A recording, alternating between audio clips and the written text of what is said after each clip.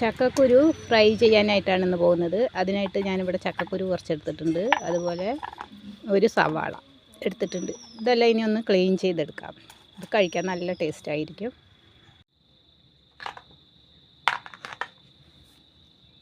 ചക്കക്കുരു ഇതുപോലെ അരിഞ്ഞെടുത്തിട്ടുണ്ട്.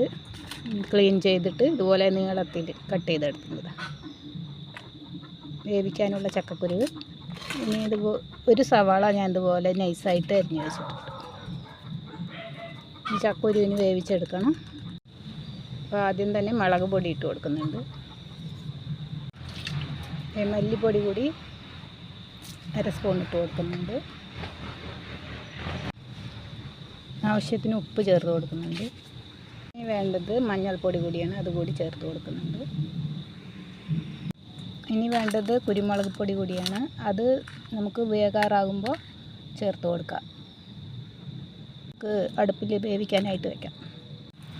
അപ്പോൾ എണ്ണ ഒഴിച്ച് കൊടുക്കാം. ഇനി കടുക് ഇട്ട് കൊടുക്കാം. ഇനി കഷ്ണം കൂട്ടി കൊടുക്കാം.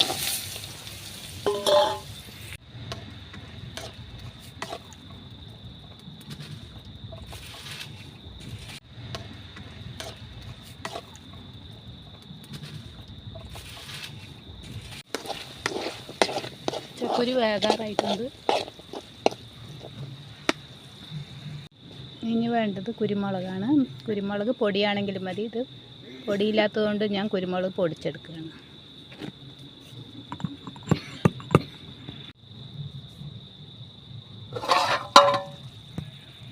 ഇനി പൊടിച്ച് വെച്ച കുരുമുളക് പൊടി കൂടി ഇട്ട് കൊടുക്കുക.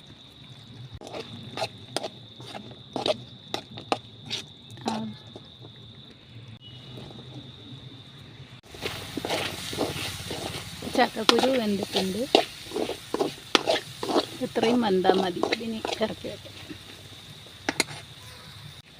ചക്കക്കുരു വെന്തിട്ടുണ്ട്. ഒത്തിരി അങ്ങോട്ട് ഉടഞ്ഞു പോകരുത്, അധികം വേകാൻ പാടില്ല. നമുക്കൊന്നുകൂടി ഇത് വറുത്തെടുക്കാനുള്ളതല്ലേ, അപ്പോൾ ഇത്രയും മതി. ചക്കക്കുരുവിൽ നന്നായിട്ട് മസാല എല്ലാം നന്നായിട്ട് പിടിച്ചിട്ടുണ്ട്. അപ്പോൾ ഇതിന് നമുക്ക് വറുത്തെടുക്കാം. എണ്ണ ഒഴിച്ച് കൊടുക്കാം ചക്കക്കുരു വറുക്കാനായിട്ട്. എണ്ണ കഴിഞ്ഞിട്ടുണ്ട്. അപ്പോൾ ആദ്യം സവാള ഇട്ട് കൊടുക്കാം.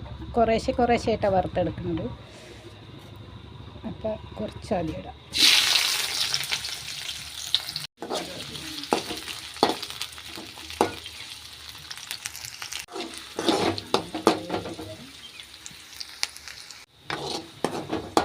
സവാള ഒന്ന് മൂത്ത് വരുമ്പോൾ ചക്കക്കുരു കുറേശ്ശെ ഇട്ട് കൊടുക്കാം.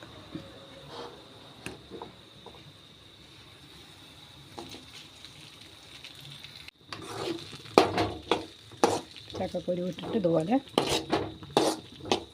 ഫ്രൈ ആക്കി കൊടുക്കാം. ഇതുപോലെ ചക്കക്കുരു ഫ്രൈ ചെയ്യുന്നത് നല്ല ടേസ്റ്റായിരിക്കും കഴിക്കാനായിട്ട്.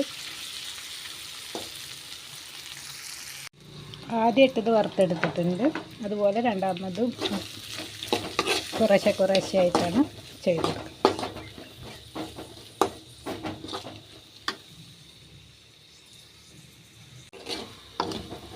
രണ്ടാമത് ഇട്ട സവാളയും വഴണ്ട് വന്നിട്ടുണ്ട്. ഒന്ന് മൂത്ത് ഗോൾഡൻ കളർ പോലെ ആകുമ്പോൾ ഈ ചക്കക്കുരു നമുക്ക് നീക്കി ഇട്ട് കൊടുക്കാം.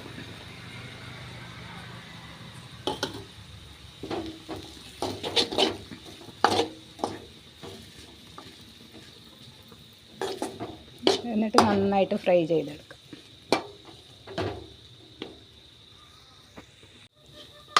ചക്കക്കുരു നന്നായിട്ട് മൊരിഞ്ഞ് വരണ മണം വരുന്നുണ്ട്. നല്ല ടേസ്റ്റി ആയിരിക്കും കഴിക്കാൻ. നമ്മുടെ ചക്കക്കുരു ഇവിടെ ഫ്രൈ ആയിട്ടുണ്ട്.